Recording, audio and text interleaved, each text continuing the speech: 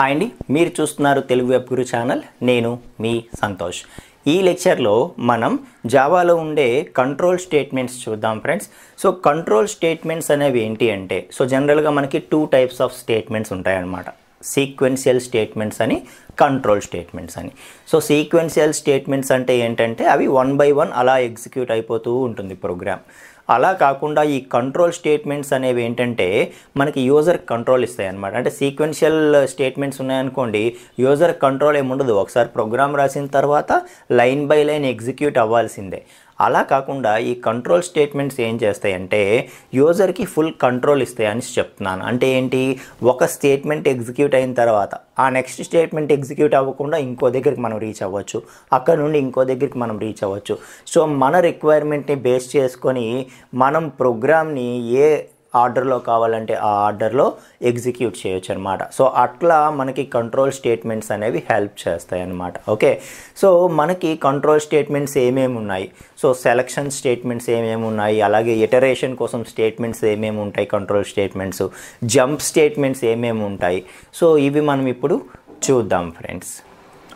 ఇప్పుడు మనం జావాలో control statements ఏమేమి ఉన్నాయి అనేది చూద్దాం.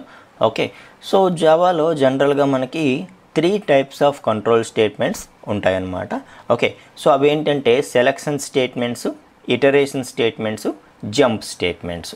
ఓకే, సో సెలక్షన్ స్టేట్మెంట్స్ అనేవి ఏం చేస్తాయంటే మన దగ్గర ఉండే డిఫరెంట్ బ్లాక్ ఆఫ్ స్టేట్మెంట్స్లో ఏదో ఒక బ్లాక్ని సెలెక్ట్ చేసి ఎగ్జిక్యూట్ చేయాలంటే, ఫర్ ఎగ్జాంపుల్ మన దగ్గర బ్లాక్ 1, బ్లాక్ 2, బ్లాక్ 3. బ్లాక్ అంటే ఏం లేదు, ఒక సెట్ ఆఫ్ కోడ్ అనమాట. ఒక 2-3 లైన్స్ కలిపి ఒక చిన్న బ్లాక్ అంటాం మనం. ఓకే, సో అలాగా మన దగ్గర ఏంటంటే డిఫరెంట్ బ్లాక్స్ ఉన్నాయనుకోండి, ఆ డిఫరెంట్ బ్లాక్స్లో ఏదో ఒక బ్లాక్నే మనం ఎగ్జిక్యూట్ చేయాలి, మిగతావి ఎగ్జిక్యూట్ చేయకూడదు.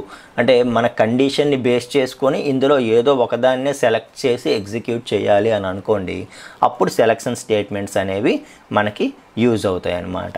అలా కాదు, ఇటరేషన్ స్టేట్మెంట్స్ అంటే ఏంటంటే, ఇటరేషన్ అంటే లూప్ అనమాట. ఇక్కడ అంటే ఒక సెట్ ఆఫ్ స్టేట్మెంట్స్ని మనం రిపీటెడ్గా అలా ఎగ్జిక్యూట్ చేయాలి. అంటే మనం అనుకునే అన్నిసార్లు ఒక 5 times 10 times లేదు, మనకి రిక్వైర్మెంట్ బేస్ చేసుకొని సో రిపీటెడ్గా సేమ్ సెట్ ఆఫ్ స్టేట్మెంట్స్ని అలా ఎగ్జిక్యూట్ చేస్తూ ఉండాలి అని అనుకుంటే అది లూప్ అవుతుందన్నమాట. ఓకే, అది లూప్ అవుతుంది. సో లూప్ అంటే రిపీటెడ్గా ఎగ్జిక్యూట్ చేయడం. చూడండి, ఫర్ ఎగ్జాంపుల్ ఏదైనా మనం మ్యూజిక్ ప్లేయర్లో సాంగ్స్ ప్లే చేస్తున్నప్పుడు, ఓకే, సో లాస్ట్ సాంగ్ అయిపోయిన తర్వాత మనం లూప్ ఎనేబుల్ చేసుకున్నాం అనుకోండి, ఆటోమేటిక్గా మళ్ళీ ఫస్ట్ నుండి స్టార్ట్ అయిపోతుంది. మళ్ళీ లాస్ట్ సాంగ్ అయ్యాక మళ్ళీ ఫస్ట్ నుండి స్టార్ట్ అయిపోతుంది. సో ఇలా మనం ఏంటంటే దీన్ని లూప్ అంటాం అనమాట. సో ఇలాగా సెట్ ఆఫ్ స్టేట్మెంట్స్ని మనం రిపీటెడ్గా ఎగ్జిక్యూట్ చేయాలి అని అనుకుంటే దాన్ని మనం లూప్ స్టేట్మెంట్స్ని యూజ్ చేస్తాం. అది ఇటరేషన్ స్టేట్మెంట్స్ అనమాట. ఫర్ అవ్వచ్చు, వైల్ అవ్వచ్చు, డూ వైల్ అవ్వచ్చు. అలాగే jump statements. So jump statements అంటే ఏంటంటే కంట్రోల్ ఒక దగ్గర నుండి ఇంకో దగ్గరికి జంప్ అయిపోవడం. అంటే మధ్యలో కొన్ని స్టేట్మెంట్స్ ఎగ్జిక్యూట్ అవ్వకుండా, so line by line execution కాకుండా ఒక స్టేట్మెంట్ అయిపోయిన తర్వాత ఆ నెక్స్ట్ స్టేట్మెంట్ ఎగ్జిక్యూట్ చేయకుండా ఇంకో దగ్గరికి జంప్ అయిపోవాలి అని అనుకుంటే, కంట్రోల్ని ఇంకో దగ్గరికి జంప్ చేయించాలి అని అనుకుంటే అప్పుడు మనం జంప్ స్టేట్మెంట్స్ని యూజ్ చేయొచ్చు అనమాట. సో ఇలా ఏంటంటే మన రిక్వైర్మెంట్స్ని బేస్ చేసుకొని ఈ కంట్రోల్ స్టేట్మెంట్స్ అనేవి ఉంటాయి. సో ఇప్పుడు సెలక్షన్ స్టేట్మెంట్స్ చూద్దాం మనం. ఓకే, సో సెలక్షన్ స్టేట్మెంట్స్ ఎలా ఉంటాయి అనేది చూద్దాం. సో సెలక్షన్ స్టేట్మెంట్స్లో ఫస్ట్ ఏంటి, ఇఫ్ అనమాట. సో ఇఫ్ అనేది ఎలా ఉంటుంది, సో దాని తాలూకా సింటాక్స్ ఎలా ఉంటుంది అని అంటే, సో ఇఫ్ అనేది ఎలా ఉంటుందంట, ఇఫ్ అని చెప్పి మనం ఒక కండిషన్ ఏదైనా ఇస్తాం. సో కండిషన్ ఇచ్చి సో ఈ కండిషన్ ట్రూ అయితేనే ఈ లోపల ఉండే set of statements, okay, so నేను బ్లాక్ అన్నాను కదా, ఇదే బ్లాక్ అనమాట. సో ఓపెన్ క్లోజ్ మధ్యలో మనం సెట్ ఆఫ్ స్టేట్మెంట్స్ రాస్తాం. So for example statement 1, okay, so statement 2, ఇలాగా డిఫరెంట్ టైప్ ఆఫ్ స్టేట్మెంట్స్ మనం రాస్తాం కదా. ఈ సెట్ ఆఫ్ స్టేట్మెంట్స్ని కలిపి కర్లీ బ్రేసెస్ మధ్యలో ఉంచాం కదా, ఇదే బ్లాక్ అనమాట. ఓకే, సో ఇప్పుడు ఈ బ్లాక్ ఎగ్జిక్యూట్ అవ్వాలా వద్దా అన్నది ఈ సెలక్షన్ అనేది ఎలా చెప్తుంది మనకి. సో ఒక సింగిల్ బ్లాక్ అనమాట ఇది కదా. అలాగే మనం డిఫరెంట్ బ్లాక్స్ కూడా ఇవ్వచ్చు, అది ఇప్పుడు చెప్తాను. సో ఇలా మనకి ఏంటంటే ఒక బ్లాక్ అనేది ఎప్పుడు ఎగ్జిక్యూట్ అవ్వాలి అనేది మనం సెలెక్ట్ చేసుకోవడానికి మనకు ఆప్షన్ ఇచ్చేవి సెలక్షన్ స్టేట్మెంట్స్ అనమాట. సో ఇప్పుడు ఈ కండిషన్ ఉంది కదా ఇఫ్లో, ఈ కండిషన్ ఎప్పుడైతే ట్రూ అవుతుందో అప్పుడే ఈ లోపల ఉండే స్టేట్మెంట్స్ అనేవి ఎగ్జిక్యూట్ అవుతాయి, లేకపోతే ఎగ్జిక్యూట్ అవ్వవు. ఓకే, సో దీన్ని చూడటానికి మనం ప్రాక్టికల్గా ఒక ఎగ్జాంపుల్ రాద్దాం. ఓకే, సో చూడండి, డీలో జావా క్లాస్ అనే ఒక ఫోల్డర్ క్రియేట్ చేసుకున్నాను నేను. ఎక్కడ స్పేసెస్ లేవు, స్పేస్ లేకుండా జావా క్లాస్ అనే ఒక ఫోల్డర్ క్రియేట్ చేసుకున్నాను. సో క్రియేట్ చేసుకొని అందులో csdemo.java అని ఒక ఫైల్ క్రియేట్ చేశాను. అందులో CSD క్యాపిటల్ లెటర్స్ ఇచ్చాను. అలా ఇవ్వాల్సిన రూల్ అయితే లేదు. ఓకే, సో మనకి నచ్చిన నేమ్ మనం ఇవ్వచ్చు, కానీ ఫస్ట్ లెటర్ మాత్రం క్యాపిటల్ లెటర్ ఇవ్వడం స్టాండర్డ్ అని చెప్తాడనమాట. ఓకే, సో మీకు తెలుసు కదా, ఇది కామన్ స్ట్రక్చర్ ఏంటి. సో మన క్లాస్ నేమ్ ఏదైతే CSdemo అని ఉందో సేమ్ నేమే మనం ఇక్కడ క్లాస్ నేమ్కి ఇవ్వాలి. ఇచ్చిన తర్వాత పబ్లిక్ స్టాటిక్ వాయిడ్ మెయిన్ ఇచ్చి ఈ లోపల ఏదైనా ప్రోగ్రామ్ రాసుకోవాలి. ఇంతవరకు కామన్ అని మీకు తెలుసు కదా. సో ఇప్పుడు నేను ఏం చేస్తున్నానంటే ఒక వేరియబుల్ డిక్లేర్ చేస్తాను, int a = 10. ఓకే, సో ఇప్పుడు నేను ఏమంటానంటే ఇఫ్ a = 5 అయితే, అంటే ఏ వాల్యూ 5 అయితేనే ఈ లోపల ఉండే స్టేట్మెంట్స్ ఎగ్జిక్యూట్ చేయమని చెప్తానమాట.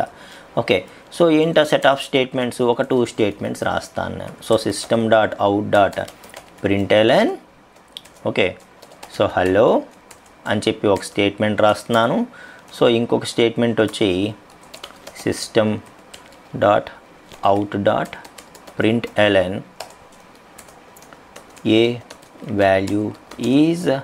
ఏ వాల్యూ ఏదైతే ఆ వాల్యూని కన్కాటినేట్ చేస్తున్నాను. ఓకే, సో ఇదేంటి స్ట్రింగ్ అనమాట, డబల్ కోట్స్లో ఇచ్చింది. ఏ వాల్యూ ఈజ్ డబల్ కోట్స్లో ఏదైతే ఇచ్చామో అది యాజ్ టీజ్గా ప్రింట్ అయిపోతుంది.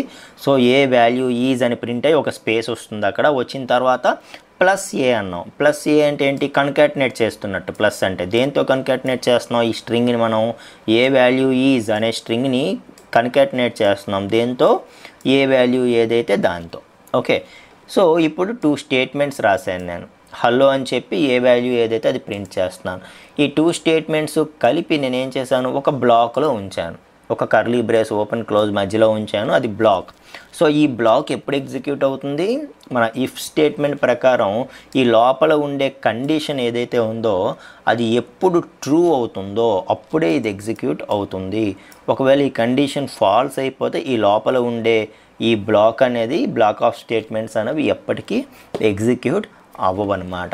ఓకే, సో ఇప్పుడు ఇది ఎగ్జిక్యూట్ అవుతుందా, అవ్వదు. ఎందుకు అవ్వదు, ఎందుకంటే ఏ వాల్యూ 10 ఇచ్చాము, కానీ ఏ వాల్యూ 5 అయితేనే ఇది ఎగ్జిక్యూట్ చేయమని చెప్తున్నాం.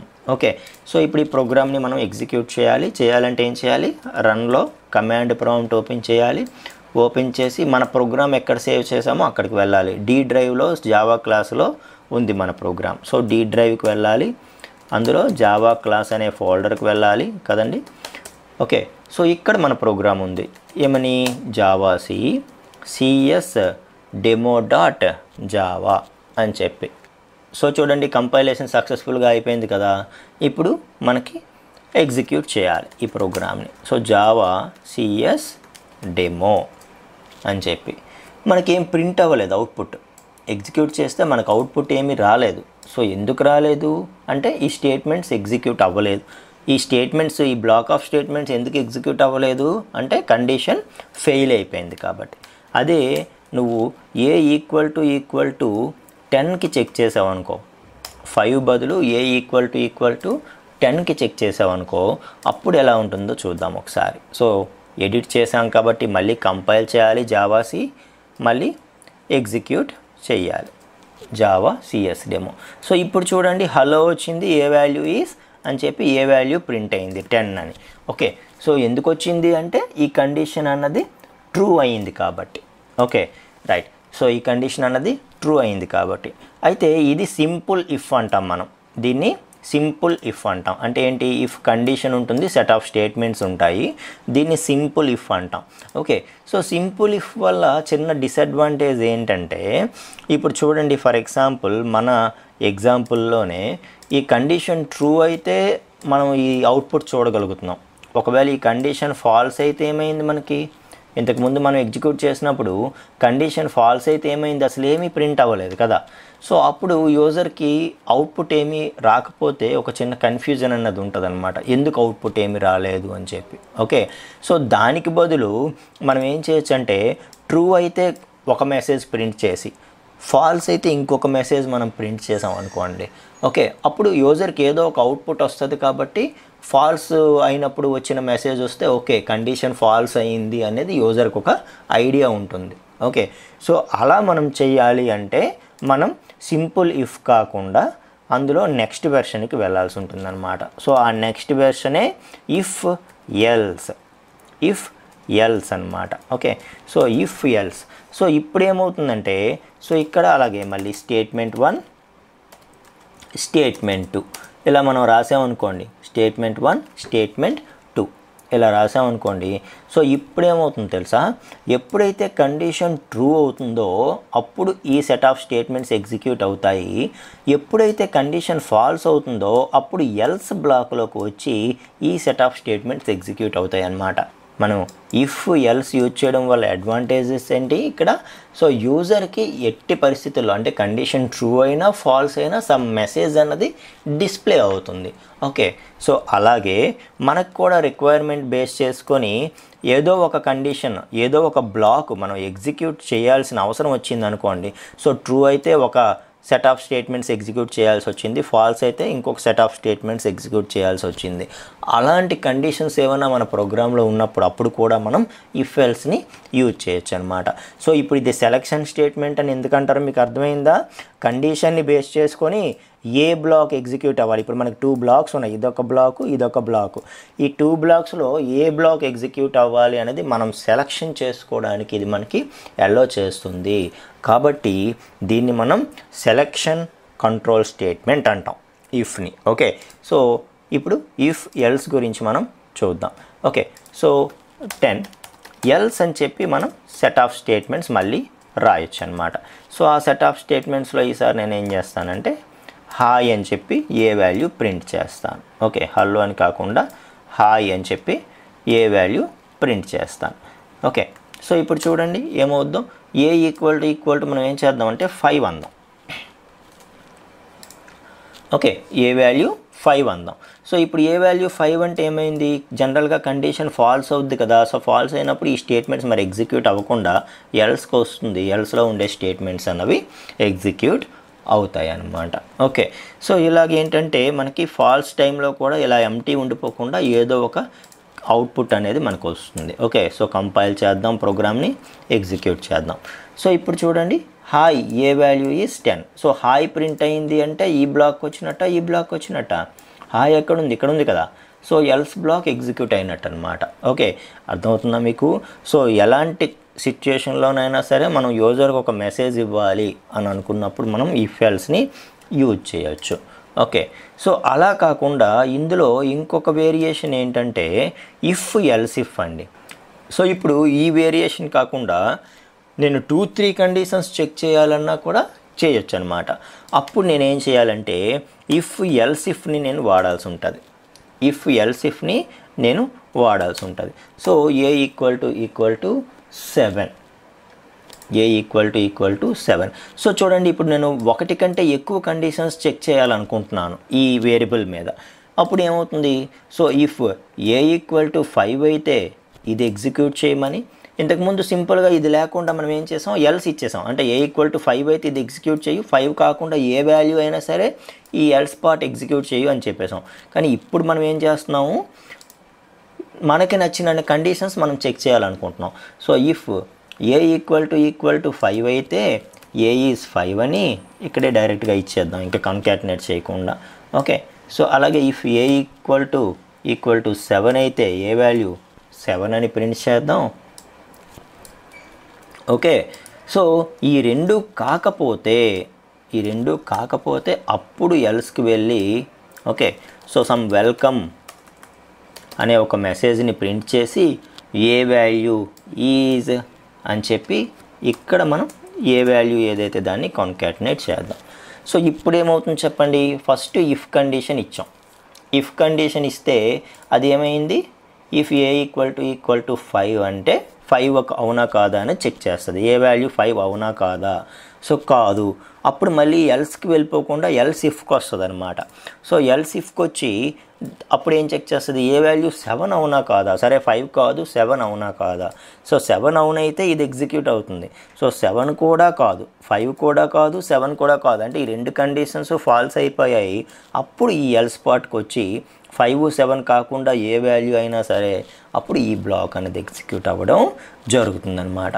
సో దీన్ని మనం ఏమంటామంటే ఎల్స్ ఇఫ్ ఎల్స్ అంటాం అనమాట. So else if else. So ఈ ఎల్స్ ఇఫ్ కండిషన్స్ అన్లిమిటెడ్ రాసుకోవచ్చు. So else if A equal to 7 అవునా కాదు చెక్ చేసాం, else if A equal to 8 అవునా కాదు, ఎలాంటిది ఇంకోటి రాసుకోవచ్చు మీరు. సో ఇలా ఈ ఎల్స్ ఇఫ్ బ్లాక్ ఏదైతే ఉందో వీటిని ఎన్ని కావాలంటే అన్ని రాసుకోవచ్చు. లాస్ట్లో ఒక ఎల్స్ స్టేట్మెంట్ పెట్టారనుకోండి, ఈ ఎల్స్ ఇఫ్లన్నీ ఫాల్స్ అయిపోతే అప్పుడు ఎల్స్లో ఉండే బ్లాక్ అనేది ఎగ్జిక్యూట్ అయిపోతుంది. సో అలా మనకి ఈ ఇఫ్ కండిషన్ అనేది వర్క్ అవుతుందన్నమాట. సో కంపైల్ చేద్దాం, ఎగ్జిక్యూట్ చేద్దాం. So welcome A value is 10. So 5 కాదు ఫెయిల్ అయిపోయింది, 7 కాదు ఫెయిల్ అయిపోయింది, కాబట్టి అప్పుడు వెల్కమ్ అని వచ్చి ఏ వాల్యూ ఈజ్ 10 అని చెప్పి మనకు రావడం జరిగిందనమాట. సో ఇలాగ మనకి ఇఫ్ కండిషన్ అనేది ఉంటుంది ఫ్రెండ్స్. ఓకే, సో ఇప్పుడు స్విచ్ కేస్ అనేది ఎలా ఉంటుందో మనం చూద్దాం. సో ఇప్పుడు స్విచ్ కేస్ అనేది ఎలా ఉంటుందో మనం చూద్దాం. ఓకే, సో స్విచ్ కేస్ అనేది ఎలా ఉంటుందంటే స్విచ్ అని చెప్పి మనం ఏదైనా ఒక ఎక్స్ప్రెషన్ ఇచ్చామనుకోండి. సో ఈ ఎక్స్ప్రెషన్ని, ఈ స్విచ్ అనే ఈ ఎక్స్ప్రెషన్ ఏదైతే ఉందో ఈ ఎక్స్ప్రెషన్ని ఈ లోపల ఉండే డిఫరెంట్ కేసెస్తో కంపేర్ చేస్తుంది అనమాట. So case value 1. సో ఈ స్విచ్ కేస్ ఎలా ఉంటుందో చెప్తున్నాను. సో ఇక్కడ స్టేట్మెంట్స్ రాస్తాం మనం. స్టేట్మెంట్స్ రాసి, okay, so set of statements రాసి ఆ తర్వాత బ్రేక్ స్టేట్మెంట్ రాస్తాం. Okay, so set of statements and break. Okay, so అలాగా డిఫరెంట్ కేసెస్ మనం రాస్తాం అనమాట. For example case value 1, case value 2. Okay, so case value 2 statements మళ్ళీ రాస్తాం. సెట్ ఆఫ్ స్టేట్మెంట్స్ రాసిన తర్వాత మళ్ళీ బ్రేక్ స్టేట్మెంట్ అనేది రాస్తాం. సో ఇలాగా ఎన్ని కేసెస్ కావాలనుకుంటే అన్ని కేసెస్ మనం రాసేసి, ఓకే, సో లాస్ట్కి మనం ఏం చేస్తామంటే కేస్ డిఫాల్ట్ రాస్తాం అనమాట. Case default. So default case else ఎలాగో డిఫాల్ట్ కేస్ అలాగా. Okay, so set of statements రాస్తాం. సో ఇలాగ మనకి స్విచ్ కేస్ అనేది ఉంటుందన్నమాట. సో స్విచ్ కేస్ తాలూకా మీనింగ్, దీని ఎగ్జిక్యూషన్ ఎలా ఉంటుందంటే ఇక్కడ ఎక్స్ప్రెషన్లో ఒక వాల్యూ వస్తుంది మనకి. ఫర్ ఎగ్జాంపుల్ స్విచ్ ఆఫ్ 2 + 3 అన్నాను అనుకోండి. సో 2 + 3 అనేది ఒక ఎక్స్ప్రెషన్, దాన్ని ఎవాల్యుయేట్ చేస్తుంది. రిజల్ట్ ఎంత వస్తుంది, 5 వస్తుంది. సో ఇప్పుడు ఎక్స్ప్రెషన్ తాలూకా వాల్యూ ఎంత, 5. సో అప్పుడు ఇక్కడ డిఫరెంట్ కేసెస్ ఇచ్చాం కదా. సో కేస్ వాల్యూ 1 0, వాల్యూ 2 3, లేకపోతే వాల్యూ మరొక కేసు రాసి వాల్యూ 5. సో ఇట్లాగా మనం రాసామనుకోండి, అప్పుడు ఏమవుతుందంటే ఈ ఎక్స్ప్రెషన్ తాలూకా వాల్యూ ఇక్కడ ఉండే ఏ వాల్యూతో మ్యాచ్ అవుద్దో చెక్ చేస్తుంది అనమాట. సో ఏ కేస్ తాలూకా వాల్యూతో మ్యాచ్ అయితే ఆ స్టేట్మెంట్స్ అనేవి ఎగ్జిక్యూట్ అవుతాయి, ఆ కేసులో ఉండే స్టేట్మెంట్స్ అనేవి ఎగ్జిక్యూట్ అవుతాయి. సో ఈ ఎక్స్ప్రెషన్ తాలూకా వాల్యూ ఇక్కడ ఉండే వాల్యూస్లో ఏ వాల్యూతో అయితే మ్యాచ్ అవుతుందో ఆ కేసులో ఉండే స్టేట్మెంట్స్ అన్నవి ఎగ్జిక్యూట్ అవుతాయి. ఒకవేళ ఈ ఎక్స్ప్రెషన్లో ఉండే వాల్యూ ఇక్కడ ఉండే ఏ కేసుతో కూడా మ్యాచ్ అవ్వకపోతే, ఏ వాల్యూతో కూడా మ్యాచ్ అవ్వకపోతే అప్పుడు డిఫాల్ట్లో ఉండే స్టేట్మెంట్స్ అనేవి ఎగ్జిక్యూట్ అవుతాయి. సో అలాగా మనకి సెట్ ఆఫ్ కేసెస్లో ఏదో ఒక కేసునే మనకి ఎగ్జిక్యూషన్కి సెలక్షన్కి అలౌ చేస్తుంది, కాబట్టి స్విచ్ కూడా సెలక్షన్ స్టేట్మెంట్ అయ్యింది. ఓకేనా. సో దీన్నే ఇప్పుడు మనం ప్రాక్టికల్గా చూద్దాం. ఇప్పుడు సేమ్ ఎగ్జాంపుల్ని నేను స్విచ్ కేసులోకి మార్చాలనుకోండి. సో నేను ఏం చేస్తాను, స్విచ్ ఆఫ్ ఏ అంటాను.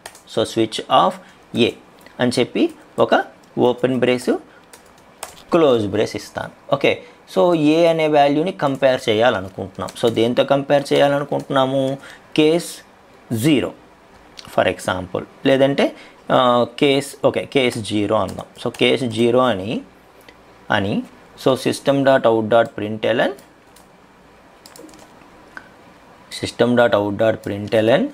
ఏ ఈజ్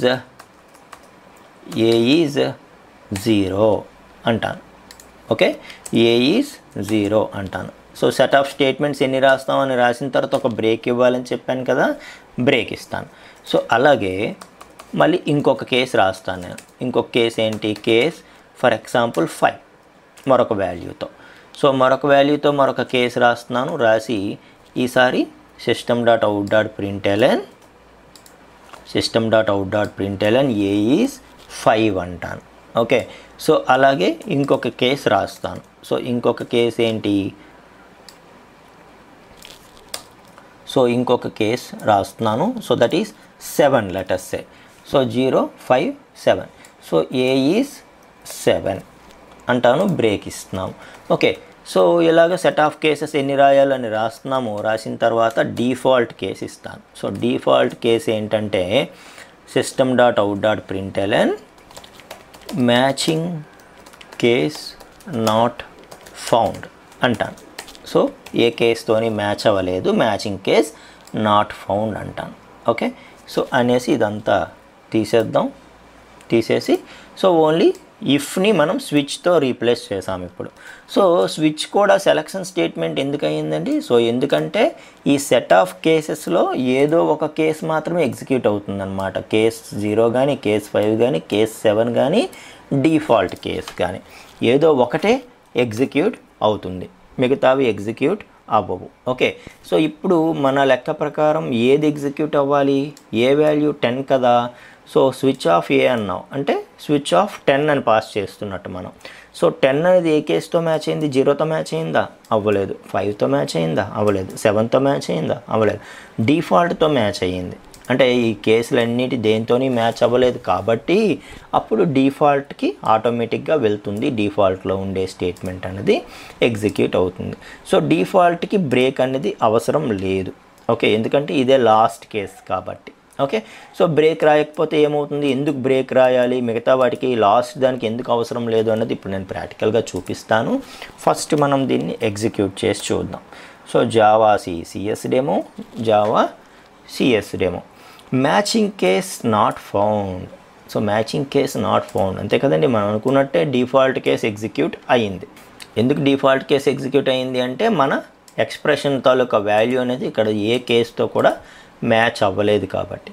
సో ఇప్పుడు మనం ఏం చేద్దామంటే ఏ వాల్యూ 7కి మారుద్దాం, అప్పుడు ఈ కేసుతో మ్యాచ్ అవుతుంది కదా, అప్పుడు ఇది ఎగ్జిక్యూట్ అవుతుంది. ఓకే, సో అలా చూద్దామా ఒకసారి. Right, A is 7. సో చూసారా 7తో మ్యాచ్ అయింది కాబట్టి ఈ కేసు అనేది ఎగ్జిక్యూట్ అయింది. ఓకే, సో ఇప్పుడు బ్రేక్స్ తీసేస్తే ఏమవుతుంది అనేది చూద్దాం. ఓకే, సో బ్రేక్స్ తీసేస్తే ఏమవుతుంది అనేది చూద్దాం. యాక్చువల్గా బ్రేక్ కూడా మన కంట్రోల్ స్టేట్మెంట్స్లో ఉంది, అది చెప్పినప్పుడు కూడా చెప్తాము. బట్ ఇప్పుడు స్విచ్ కేసులో బ్రేక్ అనేది ఇక్కడ ఎలా యూజ్ అవుతుంది అనేది చెప్తున్నాను. So break తీసేసాము. సో తీసేసిన తర్వాత ఒక్కసారి మళ్ళీ మనం కంపైల్ చేసి ఎగ్జిక్యూట్ చేద్దాం. సో చేస్తే ఒకసారి అవుట్పుట్ ఏమొచ్చింది అబ్జర్వ్ చేయండి. ఏఈ 7 వచ్చింది, మ్యాచింగ్ కేస్ నాట్ ఫౌండ్ వచ్చింది, 2 వచ్చాయి. ఏంటవి, ఏఈ 7 అన్న కేసు ఎగ్జిక్యూట్ అయిపోయింది, మ్యాచింగ్ కేస్ నాట్ ఫౌండ్ ఇది కూడా ఎగ్జిక్యూట్ అయిపోయింది. మీకు అర్థమైందా? సో బ్రేక్ తీసేయడం వల్ల ఏమవుతుందంటే ఈ స్విచ్ కేస్ తాలూకా ఈ వాల్యూ అన్నది ఏ కేసుతో అయితే మ్యాచ్ అవుతుందో ఆ కేసు నుండి అక్కడ తర్వాత ఉన్నవన్నీ కూడా ఎగ్జిక్యూట్ అయిపోతాయి అన్నమాట. ఎందుకు, మనం బ్రేక్ ఇవ్వట్లేదు. సో ఎప్పుడైతే నువ్వు బ్రేక్ ఇచ్చావో సరే ఈ కేసుతో ఇది మ్యాచ్ అయింది కాబట్టి ఈ స్టేట్మెంట్ ఎగ్జిక్యూట్ అయిన తర్వాత బ్రేక్ అయిపోతుంది. బ్రేక్ అంటే ఏంటంటే నువ్వు ఇప్పుడు కరెంట్ ఏ బ్లాక్లో అయితే ఉన్నావో దాని నుండి బ్రేక్ అయిపోవడం అంటే బయటకు వచ్చేయడం అనమాట. సో ఎప్పుడైతే నువ్వు బ్రేక్ రాయలేదో సరే ఈ కేసు అనేది ఎక్కడితో మ్యాచ్ అయింది, కేసు 7తో మ్యాచ్ అయింది కాబట్టి ఈ స్టేట్మెంట్ ఎగ్జిక్యూట్ అయిన తర్వాత మరి ఇంకా ఇక్కడ బ్రేక్ లేదు కాబట్టి నెక్స్ట్ది కూడా ఎగ్జిక్యూట్ అయిపోతుంది. ఇలాగ ఎంతవరకు అంటే ఎండింగ్ చేరినంత వరకు. అర్థమైందా? So for example A value నేను 0 ఇచ్చాను అనుకో, ఇప్పుడు ఏమవుతుంది, సో ఏ వాల్యూ 0 కాబట్టి ఫస్ట్ కేసుతో మ్యాచ్ అయింది కాబట్టి ఇది ప్రింట్ అవుతుంది. అవి ఇక్కడ బ్రేక్ లేదు కాబట్టి ఆ తర్వాత ఉన్నవన్నీ కూడా ఎగ్జిక్యూట్ అయిపోతాయి. ఒకసారి చూద్దామా. సో జావా సో చూడండి ఏ 0 ప్రింట్ అయిపోయింది, 5 ప్రింట్ అయిపోయింది, 7 మ్యాచింగ్ కేస్ నాట్ ఫౌండ్ అన్నీ ప్రింట్ అయిపోయాయి. సో ఎందుకు అన్నీ ప్రింట్ అయిపోయాయి అంటే because there is no break statement in each and every case. So last దానికి ఎందుకు కేస్ బ్రేక్ అవసరం లేదు, సో లాస్ట్ దానికి ఎందుకు బ్రేక్ అవసరం లేదంటే దీని తర్వాత ఇంకా స్టేట్మెంట్ ఏమీ లేదు ఈ బ్లాక్లో, ఆటోమేటిక్గా ఈ స్టేట్మెంట్ అయిన తర్వాత ఇది బయటకు వచ్చేయాలి కాబట్టి మరి అవసరం లేదనమాట. ఓకేనా. సో ఒకసారి ఇప్పుడు కంపైలేషన్ చేసి ఎగ్జిక్యూట్ చేసి చూద్దాం. ఇప్పుడు చూడండి ఏ ఈజ్ 0 అనే వచ్చింది, ఇవన్నీ రాలే, మొత్తం ఇవన్నీ కేసులు ఎగ్జిక్యూట్ అవ్వలేదు. సో ఏ ఈజ్ 0 ఎందుకు? సో మ్యాచింగ్ ఎప్పుడైతే ఫౌండ్ అయిందో అప్పుడు ఆ స్టేట్మెంట్ ఎగ్జిక్యూట్ అయింది, అయిన తర్వాత బ్రేక్ అన్నాం. సో బ్రేక్ అన్నప్పుడు ఏమవుతుంది, ఈ స్టేట్మెంటు ఏ బ్లాక్లో అయితే ఉందో అక్కడ నుండి బయటకు వచ్చేస్తుంది అనమాట. బ్రేక్ అంటే ఇక్కడ నుండి ఇలా బయటకు జంప్ చేస్తుంది స్టేట్మెంట్ అనేది. సో అప్పుడు ఇవేవి మరి ఎగ్జిక్యూట్ అవ్వవన్నమాట. సో అలా మనకి స్విచ్ కేస్ అన్నది యూజ్ అవుతుంది ఫ్రెండ్స్. ఓకే. సో ఇలా మనకి సెలక్షన్ స్టేట్మెంట్స్ అనేవి ఉంటాయి అన్నమాట. ఫ్రెండ్స్ ఇప్పుడు మనం iteration statements or loop statements గురించి చూద్దాం. ఓకే. సో ఇవి ఏమనుకున్నాం మనం, ఏవైతే బ్లాక్ ఆఫ్ స్టేట్మెంట్స్ ఏవైతే ఉంటాయో, సెట్ ఆఫ్ స్టేట్మెంట్స్ ఏవైతే ఉంటాయో ఇందులో ఈ బ్లాక్లో రాసే మనం స్టేట్మెంట్ 1 స్టేట్మెంట్ 2 ఇట్లా ఏవైతే సెట్ ఆఫ్ స్టేట్మెంట్స్ ఉంటాయో వీటిని మనం రిపీటెడ్గా ఎగ్జిక్యూట్ చేయాలంటే, అంటే ఒకటి కంటే ఎక్కువ సార్లు ఇవి రిపీటెడ్గా ఎగ్జిక్యూట్ అవ్వాలి అంటే అప్పుడు మనకి ఈ లూప్ స్టేట్మెంట్స్ అనేవి హెల్ప్ అవుతాయి అన్నమాట. ఓకే. సో లూప్ స్టేట్మెంట్స్లో మనం ఫస్ట్ నేర్చుకోవాల్సినది for. Okay. So for statement అనేది ఎలా ఉంటుంది అని అంటే, సో ఫర్లో ఇనీషియల్గా మనం ఏంటంటే ఇనీషియలైజేషన్ ఉంటుంది. ఓకే. సో ఫర్లో ఇనీషియలైజేషన్, ఓకే, అలాగే కండిషన్ అలాగే ఇటరేషన్ అంటే ఇంక్రిమెంట్ కావచ్చు, డిక్రిమెంట్ కావచ్చు అనమాట. ఓకే. సో ఇలాగా ఫర్ తాలూకా సింటాక్స్ అనేది ఉంటుంది. అంటే మనం ఈ సెట్ ఆఫ్ స్టేట్మెంట్స్ని రిపీటెడ్గా ఎగ్జిక్యూట్ చేయాలన్నాం కదా, అందులో మనం ఫస్ట్ ఫర్ గురించి నేర్చుకుంటున్నాం. సో ఫర్ అనేది ఎలా మనకి హెల్ప్ అవుతుందంటే, సరే ఈ సెట్ ఆఫ్ స్టేట్మెంట్స్ని మనం రిపీటెడ్గా ఎగ్జిక్యూట్ చేయాలనుకుంటున్నాము, ఎన్నిసార్లు ఎగ్జిక్యూట్ చేస్తాము అంటే ఎన్నిసార్లు దీన్ని రిపీటెడ్గా ఎగ్జిక్యూట్ చేయాలి అని అనుకుంటున్నాము అనేది ఇక్కడ ఇంపార్టెంట్. ఫర్ ఎగ్జాంపుల్ 5 టైమ్సా, 2 టైమ్సా, 3 టైమ్సా, ఎన్నిసార్లు? ఓకే. సో మరి దాన్ని కౌంట్ చేసేది ఎవరు? సో నువ్వు 5 టైమ్స్ ఎగ్జిక్యూట్ చేయాలన్నావు, సో ఒకసారి అయింది, 2 సార్లు అయింది, 3 సార్లు అయింది, ఇట్లా ఎవరు కౌంట్ చేస్తారు? సో ఎన్నిసార్లు ఎగ్జిక్యూట్ చేయాలనుకుంటున్నావు అన్నది ఏంటంటే మనం అది ఎలా అచీవ్ చేస్తామంటే ఒక వేరియబుల్ని తీసుకొని మనం అచీవ్ చేస్తాం అనమాట. సో ఒక వేరియబుల్ని మనం 0 నుండి కౌంట్ చేసుకొని లేదు 1 నుండి కౌంట్ చేసుకొని ఇది ఎగ్జిక్యూట్ అయిన ప్రతిసారి ఆ వాల్యూని ఇంక్రిమెంట్ చేస్తూ, సో ఎప్పుడైతే ఆ వాల్యూ మనం అనుకున్నన్ని సార్లకి రీచ్ అయిపోతుందో అప్పుడు మనం దీని ఎగ్జిక్యూషన్ ఆపేయడం. ఫర్ ఎగ్జాంపుల్ దీన్ని నేను 5 టైమ్స్ ఎగ్జిక్యూట్ చేయాలనుకుంటున్నాను, అప్పుడు నేను ఏం చేస్తాను, ఒక వేరియబుల్ తీసుకుంటాను. ఆ వేరియబుల్ని, సో ఏదైతే ఈ లూప్ని ఎన్నిసార్లు రన్ అవ్వాలి అని కౌంట్ చేస్తుందో ఆ వేరియబుల్ని జనరల్గా ఇండెక్స్ వేరియబుల్ అంటాం. ఓకే. సో అందుకు జనరల్గా మనం ఏం చేస్తామంటే ఎప్పుడు ఫర్ లూప్లోనైనా ఫస్ట్ ఐ అన్న వేరియబుల్ ఎక్కువగా యూజ్ చేస్తాం, ఎందుకంటే అది ఇండెక్స్ వేరియబుల్ కాబట్టి. Okay, right. So for example I అనే వేరియబుల్ తీసుకున్నాను, నేను దాన్ని 0కి ఇనిషియలైజ్ చేశాను అనుకోండి. ఓకే. సో 0కి ఇనిషియలైజ్ చేశాను. సో చేసి ఎన్నిసార్లు ఎగ్జిక్యూట్ చేయాలనుకుంటున్నాను అనే కండిషన్ ఇక్కడ రాస్తాను అనమాట. సో ఐ అనేది 0కి ఇనిషియలైజ్ చేస్తాను ఇక్కడ. సో 0కి ఇనిషియలైజ్ చేసి అంటే ఐకి వాల్యూ 0 ఇస్తాను ఇక్కడ. ఓకే. సో ఇచ్చి కండిషన్ ఇస్తాను ఇక్కడ. సో ఏమని, ఐ లెస్ దాన్ 5 అని ఇస్తాను. అంటే నేను దీన్ని 5 టైమ్స్ ఎగ్జిక్యూట్ చేయాలనుకుంటున్నాను అని చెప్పడం అనమాట. సో ఐ వాల్యూ 0 నుండి స్టార్ట్ చేయు, ఐ లెస్ దాన్ 5 అని అంటాను. సో ఐ లెస్ దాన్ 5 అనేది కండిషన్ అనమాట. అంటే ఏమవుతుంది, so I equal to 0 start అవుతుంది, ఒకసారి ఎగ్జిక్యూట్ అయిపోతుంది. అయిపోయిన తర్వాత అప్పుడు ఐ వాల్యూ ఒకటి పెరుగుతుంది. సో ఆ పెరగడం అనేది ఎక్కడ మనం ఇస్తాము, ఇక్కడ ఇస్తాం ఇటరేషన్లో ఐ ప్లస్ ప్లస్ అంటాం అనమాట. సో ఆ వాల్యూ ఇంక్రిమెంట్ చేస్తాం. సో చేయగానే ఐ వాల్యూ 1 అవుతుంది. అప్పుడు మళ్ళీ కండిషన్ చెక్ అవుతుంది అనమాట, ఐ లెస్ దాన్ 5 అవునా కాదా, అవును, సో 1 కాబట్టి రైట్, మళ్ళీ ఇవి ఎగ్జిక్యూట్ అవుతాయి, మళ్ళీ ఐ ప్లస్ ప్లస్ అవుతుంది. సో ఇలా మనం ఏంటంటే ఇనిషియలైజేషను, కండిషను, ఇటరేషను, సో వీటి ద్వారా మనం ఏం చేయొచ్చు అంటే ఒక ఇండెక్స్ వేరియబుల్ని యూజ్ చేసి సో టోటల్ ఈ సెట్ ఆఫ్ స్టేట్మెంట్స్ని ఎన్నిసార్లు కావాలంటే అన్నిసార్లు మనం ఎగ్జిక్యూట్ చేసుకోవచ్చు. సో దీన్నే ఇప్పుడు నేను ప్రాక్టికల్ ఎగ్జాంపుల్లో చూపిస్తాను, చూడండి ఒకసారి. సో ఇప్పుడు నేనేమనుకుంటున్నానంటే ఒక చిన్న బ్లాక్ రాస్తాను, రాసి సిస్టమ్, సో ఈ హాయ్ హలో ఈ రెండు కూడా రిపీటెడ్గా ఎగ్జిక్యూట్ చేయాలి అనుకుంటున్నాను. సో ఎన్నిసార్లు ఎగ్జిక్యూట్ చేయాలనుకుంటున్నాను నేను 0 నుండి స్టార్ట్ చేసి 5 టైమ్స్ ఎగ్జిక్యూట్ చేయాలి అనుకుంటున్నాను. ఓకే, సో ఫస్ట్ మనం ఇనీషియలైజేషన్ అన్నాం కదా. సో ఒక వేరియబుల్ తీసుకోవాలని ఆ ఇనీషియలైజేషన్ అనేది ఇక్కడ ఇస్తాం అన్నమాట ఫస్ట్. ఓకే, సో ఫర్ లూప్లో ఫస్ట్ మనం ఇవ్వబోయేది ఏంటి? ఇనీషియలైజేషన్. అంటే ఏ వేరియబుల్ని బేస్ చేసుకొని మనం దీన్ని రిపీటెడ్గా రన్ చేస్తున్నామో ఆ వేరియబుల్ని ఇనీషియలైజ్ చేయాలి. సో i = 0 నుండి స్టార్ట్ చెయ్యి. సో i = 0 కాబట్టి ఒకసారి ఎగ్జిక్యూట్ చెయ్యు. సో ఒకసారి ఎగ్జిక్యూట్ చేసిన తర్వాత ఏం చేస్తావు? i వాల్యూ ఒకటి ఇంక్రిమెంట్ చెయ్యు. సో i వాల్యూ ఒకటి ఇంక్రిమెంట్ ఆర్ డిక్రిమెంట్ అనేది ఏమన్నాను నేను? ఇటరేషన్ అన్నాను. అది లాస్ట్లో ఇస్తాం అనమాట.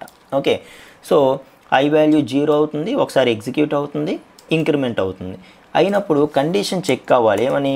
i <5 అవునా కాదా? ఎందుకు? నేను 5 టైమ్స్ దీన్ని ఎగ్జిక్యూట్ చేయాలనుకుంటున్నాను. ఈ సెట్ ఆఫ్ స్టేట్మెంట్స్ని 5 టైమ్స్ ఎగ్జిక్యూట్ చేయాలనుకుంటున్నాను కాబట్టి హాయ్ హలో ఈ రెండిటితో పాటు నేను ఏం చేస్తానంటే i వాల్యూ కూడా ప్రింట్ చేస్తా. ఓకే, సో i వాల్యూ కూడా ప్రింట్ చేస్తాను. రైట్, సో నేనేం చేయాలనుకుంటున్నాను? ఈ సెట్ ఆఫ్ స్టేట్మెంట్స్ని 5 టైమ్స్ రన్ అవ్వాలి అనుకుంటున్నాను. సో ఫస్ట్ 0 నుండి స్టార్ట్ చేస్తున్నాను. సో 0th టైం ఇది రన్ అయిపోతుంది. అయిపోయిన తర్వాత ఒకటి ఇంక్రిమెంట్ అవుతుంది.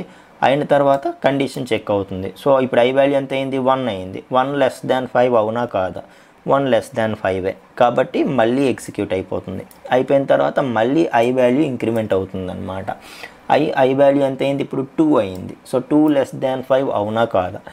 ఎస్ అవును, కాబట్టి మళ్ళీ ఎగ్జిక్యూట్ అవుతుంది. అలాగే i వాల్యూ 3 అవుతుంది. 3 <5 కాబట్టి మళ్ళీ ఎగ్జిక్యూట్ అవుతుంది. అలాగే ఇంక్రిమెంట్ అయ్యి i వాల్యూ 4 అవుతుంది. 4 <5 కాబట్టి ఎగ్జిక్యూట్ అవుతుంది. అయిన తర్వాత i వాల్యూ 5 అవుతుంది. 5 <5 ఫాల్స్ కాబట్టి మరి ఎగ్జిక్యూట్ అవ్వదు, అక్కడితో ఇది ఆగిపోతుంది. అలాగా మనం సెట్ ఆఫ్ స్టేట్మెంట్స్ని ఎన్నిసార్లు కావాలంటే అన్నిసార్లు ఎగ్జిక్యూట్ చేయొచ్చు. ఓకే, సో దాన్ని మనం ఫర్ లూప్తో అచీవ్ చేయొచ్చు. ఓకే, సో చూడండి, కంపైల్ చేసి ఒకసారి ఎగ్జిక్యూట్ చేద్దాం. ఎస్, సో ఎర్రర్ వచ్చింది. ఏంటి ఎర్రర్ అంటే i వాల్యూ నువ్వు ఇనిషియలైజ్ చేసావు కానీ అది ఏ డేటా టైపో నువ్వు చెప్పలేదు. సరే, సో ఇంట్ అంటున్నాను దీన్ని నేను. ఓకే, సో అన్న తర్వాత మళ్ళీ cls కొట్టాను, clear screen, Java C and Java cs demo. So చూడండి ఏమైంది? ఈ సెట్ ఆఫ్ స్టేట్మెంట్స్ ఎలా ఎగ్జిక్యూట్ అయ్యాయి? Hi hello i value print అయింది. ఫస్ట్ i వాల్యూ ఎంత? 0, అది ప్రింట్ అయింది. మళ్ళీ నెక్స్ట్ ఇంకోసారి రిపీట్ అయింది. హాయ్ హలో 1 అంటే i వాల్యూ 1కి ఎగ్జిక్యూట్ అయ్యింది. i వాల్యూ 2కి ఎగ్జిక్యూట్ అయ్యింది. i వాల్యూ 3కి ఎగ్జిక్యూట్ అయ్యింది. i వాల్యూ 4కి కూడా ఎగ్జిక్యూట్ అయ్యింది. ఎప్పుడైతే 4 తర్వాత i వాల్యూ 5 అవుతుందో అది మరి ఎగ్జిక్యూట్ అవ్వలేదు. అర్థమవుతుందా? సో ఈ సెట్ ఆఫ్ స్టేట్మెంట్స్ అనేవి ఎన్నిసార్లు ఎగ్జిక్యూట్ అయ్యాయి? 5 టైమ్స్ ఎగ్జిక్యూట్ అయ్యాయి. కాకపోతే 0 నుండి స్టార్ట్ అయింది కాబట్టి 0 నుండి 4 వరకు వచ్చింది. 1 నుండి 5 కదా, 5 టైమ్స్. మనం 0 నుండి ఇండెక్స్ స్టార్ట్ చేసాం కాబట్టి 4 వరకు ఎగ్జిక్యూట్ అయింది. అదే నువ్వు 1 నుండి అన్నావు అనుకో, అప్పుడు ఏం చేయాలి? సో 1 నుండి అన్నావు కాబట్టి <= ఇవ్వాలి. ఎందుకు? 1 నుండి 5 వరకు కాబట్టి. ఇంతకుముందు 0 నుండి కాబట్టి సో 0 1 2 3 4 అక్కడతోనే మనకి 5 టైమ్స్ అయిపోతుంది కాబట్టి <= ఇచ్చాం మనం. అంటే 4 వరకు చేయాలి, 4 తర్వాత ఆపేయాలి అని చెప్పి. బట్ ఎప్పుడైతే నువ్వు 1 నుండి స్టార్ట్ చేస్తున్నావు అప్పుడు నువ్వేం చేయాలి? <6 అయినా ఇవ్వాలి, లేదు <5 అయినా ఇవ్వాలి. అప్పుడు మనకి 1 నుండి స్టార్ట్ అవుతుంది. ఇక్కడ చూడండి 0 నుండి స్టార్ట్ అయింది కదా, అలా కాకుండా 1 నుండి స్టార్ట్ అవ్వాలంటే 1 నుండి స్టార్ట్ చేసుకోవచ్చు అనమాట. సో అప్పుడు 1 2 3 అంతే కదా, 4 అండ్ 5 టైమ్స్ ఎగ్జిక్యూట్ అయింది. సో ఇట్లా మనం ఏంటంటే రిపీటెడ్గా దీన్ని ఎగ్జిక్యూట్ చేయడానికి, సెట్ ఆఫ్ స్టేట్మెంట్స్ని రిపీటెడ్గా ఎగ్జిక్యూట్ చేయడానికి మనకి ఈ ఇటరేషన్ స్టేట్మెంట్స్ అనేవి యూజ్ అవుతాయి అన్నమాట. ఓకే, ఇక్కడ ఇంకొకటండి. సో ఇక్కడ ఇటరేషన్ అన్నది ఇంక్రిమెంట్ ఉండొచ్చు, డిక్రిమెంట్ ఉండొచ్చు అని చెప్పాను కదా నేను. సో ఇప్పుడు చూడండి, ఫర్ ఎగ్జాంపుల్ మనకి 1 నుండి 5 వరకు వెళ్ళాం. అదే 5 నుండి 1 వరకు మనం రావాలనుకోండి, అప్పుడు ఏం చేయాలి? ఇక్కడ డిక్రిమెంట్స్ చేసుకుంటా రావాలి, అంతే కదా. సో ఫస్ట్ ఇనీషియల్గా i = 5 మనం పెట్టుకొని, so I value greater than 0 అవుతున్నంత వరకు కూడా మనం దీన్ని ఎగ్జిక్యూట్ చేయాలని చెప్పి మైనస్ మైనస్ ఇచ్చామనుకోండి. సో రివర్స్లో చేస్తున్నాను నేను. సో I = 5 నుండి స్టార్ట్ చేసినప్పుడు నువ్వేం చేయాలి, మైనస్ మైనస్ చేయాలి. ఓకే, కండిషన్ I > 0 ఎందుకు రాశాను, ఫస్ట్ 5 అవుతుంది, 5కి ఎగ్జిక్యూట్ అవ్వాలి. ఆ తర్వాత మైనస్ మైనస్ అంటే 4 అవుతుంది, 4కి ఎగ్జిక్యూట్ అవ్వాలి. 3 అవుతుంది, 3కి ఎగ్జిక్యూట్ అవ్వాలి. 2 అవుతుంది, 2కి ఎగ్జిక్యూట్ అవ్వాలి. 1 అవుతుంది, 1కి ఎగ్జిక్యూట్ అవ్వాలి. సో 1 > 0 కదా. సో ఎప్పుడైతే 1 తర్వాత 0 అయిపోతుందో అక్కడితో ఆపేయాలి, ఎందుకంటే 5 టైమ్స్ కాబట్టి. సో రివర్స్లో కూడా మనం ఎగ్జిక్యూట్ చేయొచ్చు అనమాట. సో అర్థమవుతుందా మీకు? ఇక్కడ మనం ఇటరేషన్ అంటే ఇంక్రిమెంట్ ఇవ్వచ్చు, డిక్రిమెంట్ ఇవ్వచ్చు. సో మనం ఏ ఆర్డర్లో దీన్ని ఎగ్జిక్యూట్ చేయాలనుకుంటున్నామో ఆ ఆర్డర్ని బేస్ చేసుకొని ఇది వస్తుందన్నమాట. సో చూడండి, ఫస్ట్ 5 వచ్చింది, తర్వాత 4 3 2 1 ఇలా ఉంటుందన్నమాట. ఓకే, సో ఇప్పుడు ఇదే స్టేట్మెంట్ని మనం వైల్తో ఎలా అచీవ్ చేయాలో చూద్దాం. సో వైల్ అయితే జనరల్గా ఓన్లీ కండిషనే ఉంటుంది అన్నమాట. ఈ ఇనీషియలైజేషన్స్ అన్నీ ఏవైనా ఉంటే అవన్నీ కూడా మనం ముందే చేసుకోవాలి. ఇనీషియలైజేషన్స్ చేసుకున్న తర్వాత వైల్లో ఏమొస్తుంది, ఓన్లీ కండిషన్ మాత్రమే వస్తుందన్నమాట. సో ఇనీషియలైజేషన్స్, కండిషను, ఈ ఇటరేషన్ ఏదైనా ఉంటే ఇక్కడ ఈ లోపల రాసుకుంటాం. ఫర్ ఎగ్జాంపుల్ స్టేట్మెంట్స్ మనకి ఏమున్నాయో, స్టేట్మెంట్ 1, స్టేట్మెంట్ 2 ఇవన్నీ కూడా మనం రాసిన తర్వాత ఇక్కడ మనం ఏం చేస్తామంటే ఇటరేషన్ రాసుకుంటాం అనమాట, ఇదర్ ఇంక్రిమెంట్ ఆర్ డిక్రిమెంట్. అదే ఫర్ లూప్ అయితే ఇనీషియలైజేషన్స్, కండిషను, ఇటరేషన్ అన్నీ ఒకేసారి రాసేయచ్చు, సెమీకోలన్ సపరేట్ చేస్తూ. అదే మనం వైల్ లూప్ అయితే ఏం చేయాలి, ముందు ఇనీషియలైజేషన్స్ చేయాలి, వైల్లో ఒక కండిషన్ మాత్రమే ఉంటుంది సింటాక్స్లో. ఇటరేషన్స్ ఏవైనా ఉంటే, ఇంక్రిమెంట్ డిక్రిమెంట్స్ ఏమైనా ఉంటే ఆ లూప్ స్టేట్మెంట్ లోపల రాసుకుంటాం అనమాట. సో ఇలాగ మనకి వైల్ కండిషన్ అనేది ఉంటుంది. ఓకే, సో ఇప్పుడు సేమ్ దీన్నే మనం వైల్తో అచీవ్ చేయాలంటే ఎలా చేయాలంట, ఇంట్ I = 5 ఇలాంటి ఇనీషియలైజేషన్స్ ఏమైనా ఉంటే ముందే చేసుకోవాలి. ఓకే, సో వైల్లో ఏముంటుంది, వైల్లో ఓన్లీ కండిషన్ మాత్రమే ఉంటుంది. ఈ I-లు, I++లు ఇలాంటివన్నీ ఏమైనా ఇటరేషన్స్ ఏమైనా ఉంటే అవి ఈ లూప్ లోపల రాసుకోవాల్సి ఉంటుందన్నమాట. మిగతాదంతా సేమ్. సో వైల్ లూప్ ఎలా ఎగ్జిక్యూట్ అవుతుంది అంటే, ఈ కండిషన్ ట్రూ అవుతున్నంతసేపు ఎగ్జిక్యూట్ అవుతూనే ఉంటుంది. ఎప్పుడైతే ఈ కండిషన్ ఫాల్స్ అయిపోతుందో అప్పుడు ఆగిపోతుంది అనమాట. సో ఇనీషియల్గా ఏం చేసాం మనం, I = 5 అన్నాం. సో 5 > 0 అవునా కాదా, అవును, కాబట్టి ఎగ్జిక్యూట్ అయ్యింది. అవుతూ I వాల్యూ లోపల నువ్వు మైనస్ మైనస్ చేసావు కాబట్టి I వాల్యూ ఎంత అవుతుంది, 4 అవుతుంది. సో మళ్ళీ రిపీట్ అవుతుంది, 4 > 0 ట్రూ కాబట్టి మళ్ళీ ఎగ్జిక్యూట్ అవుతుంది. 3 అవుతుంది ఈసారి, 3 > 0 ట్రూ, అలాగే 2 > 0 ట్రూ, అలాగే 1 > 0 ట్రూ. ఎప్పుడైతే 0 > 0 కాదు కాబట్టి వెంటనే అక్కడితో ఆగిపోతుంది అనమాట. ఓకే, సో అలాగ మనం వైల్ లూప్తోని సేమ్ ప్రోగ్రామ్ని మనం అచీవ్ చేయొచ్చు అనమాట. సో చూడండి, సేమ్ అవుట్పుట్ కదండి. సో 5 4 3 2 1 అర్థమవుతుందా మీకు? సో ఇప్పుడు మనం డూ వైల్ చూడాలి. సో డూ వైల్ అనేది ఎలా ఉంటుందంటే అంతా సేమ్ అండి, కాకపోతే ఈ వైల్ కండిషన్ ప్లేస్లో డూ వస్తుంది. ఈ వైల్ కండిషన్ ప్లేస్లో డూ వచ్చి ఈ బ్లాక్ ఎండింగ్లో మనం వైల్ కండిషన్ రాసి ఒక సెమీకోలన్ ఇస్తాం అన్నమాట. ఓకే, సో చూడండి, వైల్ ఎక్కడ రాసామో ఆ కండిషన్ ఎక్కడ రాసామో ముందు బ్లాక్ స్టేట్మెంట్ అంటే బ్లాక్ ఆఫ్ స్టేట్మెంట్స్కి ముందే మనం వైల్ రాసాం, సింపుల్ వైల్ అయినప్పుడు. అదే డూ వైల్ అయినప్పుడు ఏం చేయాలి, ముందు డూ రాసి లాస్ట్లో వైల్ కండిషన్ రాస్తాం అన్నమాట. సో దీనివల్ల ఏమవుతుందంటే ముందు కండిషన్ చెక్ అవ్వదు. ఫస్ట్ ఇక్కడ డూ అంటే ఏంటి, ఇదేం చేయదు కదా. డూ అనేది ఏం చెప్తుందంటే ఇది ఒక లూప్ స్టేట్మెంట్ అని చెప్తుంది తప్పితే ఇక్కడ కండిషన్ ఏం చెక్ అవ్వట్లేదు. కాబట్టి డూ వైల్లో ఏమవుతుందంటే ఒకసారి ఈ సెట్ ఆఫ్ స్టేట్మెంట్స్ ముందు ఎగ్జిక్యూట్ అయిపోతాయి. ఫస్ట్ టైం ఎగ్జిక్యూట్ అయిపోయిన తర్వాత అప్పుడు కండిషన్ చెక్ అవుద్ది. సెకండ్ టైం నుండి కండిషన్ ఫాల్స్ అయితే మరి ఇది ఎగ్జిక్యూట్ అవ్వదు. కానీ ఫస్ట్ కండిషన్ ట్రూ అయినా ఫాల్స్ అయినా సంబంధం లేకుండా ఒకసారి ఎగ్జిక్యూట్ అయిపోతుంది అనమాట. సో ఎప్పుడైనా set of statements minimum 1 time first run అవ్వాలి, ఆ తర్వాతే కండిషన్ చెక్ అవ్వాలి. అనే రిక్వైర్మెంట్ మనకి ఎప్పుడైనా మన ప్రోగ్రాంలో ఉంటే అప్పుడు మనం ఏం చేయొచ్చు అంటే డూ వైల్ వాడచ్చు. డూ వైల్ వాడితే ఏమవుతుంది, ముందు కండిషన్ చెక్ అవ్వదు కాబట్టి ఈ సెట్ ఆఫ్ స్టేట్మెంట్స్ అన్నీ కూడా ఒకసారి ఎగ్జిక్యూట్ అయిపోతాయి. అయిపోయిన తర్వాత వైల్ కండిషన్ అనేది చెక్ అవుతుంది అని చెప్తున్నాను. ఓకే, సో ఫర్ ఎగ్జాంపుల్ ఇప్పుడు చూడండి, వైల్ లూప్లో i = 0 ఇచ్చాను నేను, 5 ఇవ్వలేదు. ఇవ్వకుండా వైల్ లూప్లో i > 0 అయితేనే ఇది ఎగ్జిక్యూట్ చేయమని చెప్పాను. ఇప్పుడు ఏమవుతుంది, సో i = 0 అంటే 0 > 0 కాదు కాబట్టి ఇది ఎప్పటికీ ఎగ్జిక్యూట్ అవ్వదు.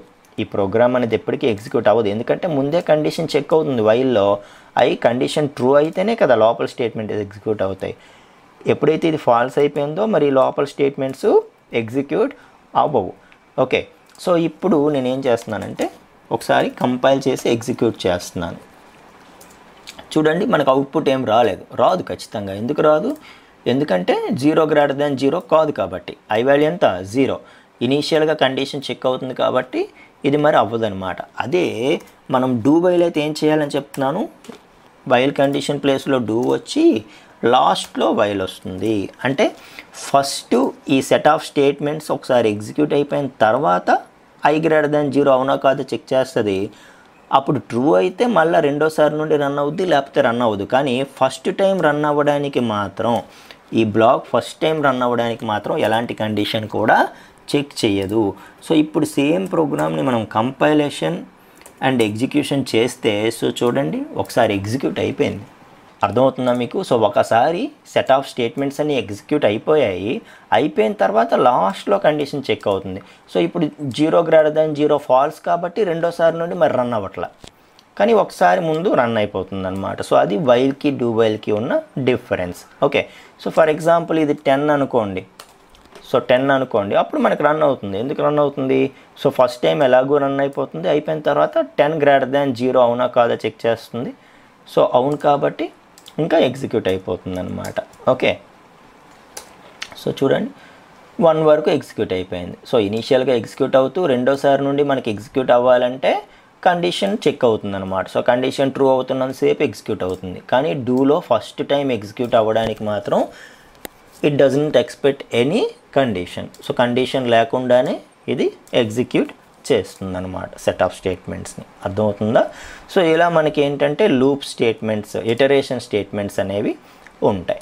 ఓకే, సో అలాగే జంప్ స్టేట్మెంట్స్ అనేవి ఎలా ఉంటాయి? సో జంప్ స్టేట్మెంట్స్ అంటే ఒక దగ్గర నుండి ఇంకో దగ్గరికి కంట్రోల్ని జంప్ చేయించడం అనమాట. సో అలా జంప్ చేయించాలి అని ఉంటే మనం ఈ బ్రేక్ కానీ, కంటిన్యూ కానీ, రిటర్న్ కానీ మనం యూజ్ చేయొచ్చు. ఓకే, సో ఎలా ఉంటాయి ఇవి? ఓకే, సో ఎలా ఉంటాయి? సో ఫస్ట్ మనం బ్రేక్ గురించి మాట్లాడదాం. ఆల్రెడీ మనం స్విచ్ కేసులో చూసాం, ఒక కేసు ఎగ్జిక్యూట్ అయిపోయిన తర్వాత ఇంకా మిగతా కేసెస్ ఎగ్జిక్యూట్ అవ్వకూడదంటే మనం అక్కడ బ్రేక్ ఇచ్చాం. ఇవ్వడం వల్ల ఏమైంది, ఆ ఒక్క పర్టికులర్ కేసు ఎగ్జిక్యూట్ అయ్యి అక్కడ నుండి బయటకు వచ్చేస్తుంది, జంప్ అయిపోతుంది, అక్కడ నుండి బయటికి జంప్ అయిపోతుంది. కంట్రోల్ అనేది ఆ పర్టికులర్ స్విచ్ కేసు నుండి బయటకు వచ్చేస్తుంది. అందువల్ల మిగతా కేసులు ఏవి ఎగ్జిక్యూట్ అవ్వలేదు అని అనుకున్నాం కదా, సేమ్ అనమాట.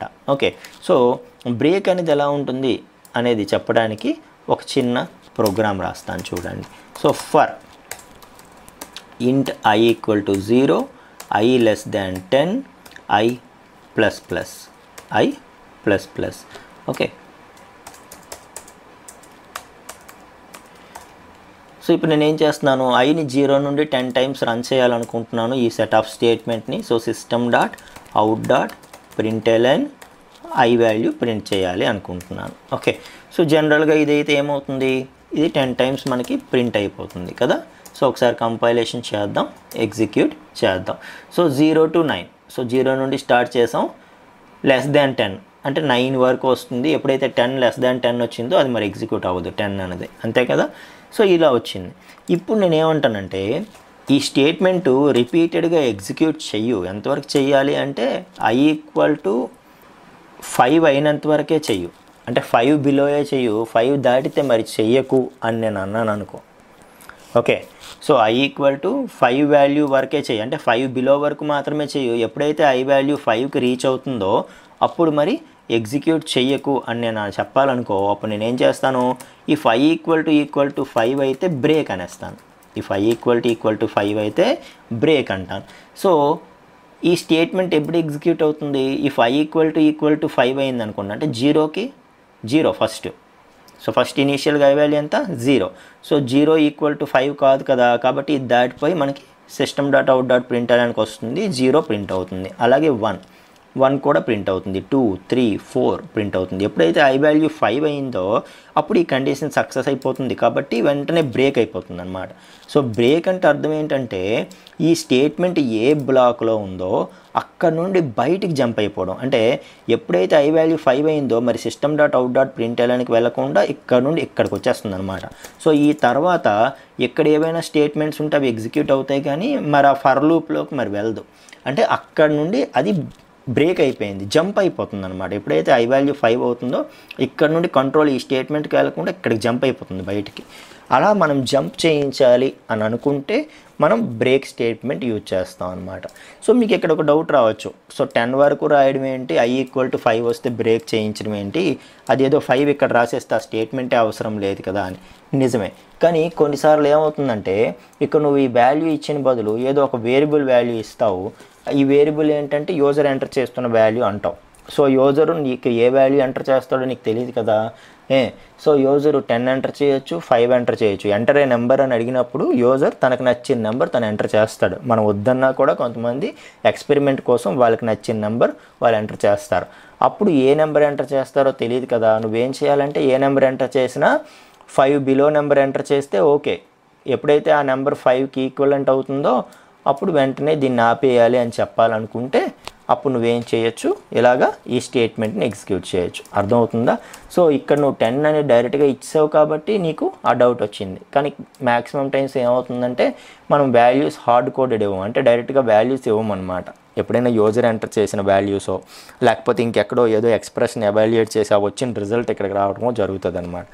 అలాంటప్పుడు మనం ఒక పర్టిక్యులర్ ఇండెక్స్ వరకే దాన్ని ఎగ్జిక్యూట్ చేయాలి, ఆ తర్వాత ఎగ్జిక్యూట్ చేయకూడదు అని అనుకున్నప్పుడు మనం బ్రేక్ స్టేట్మెంట్ యూజ్ చేస్తాం.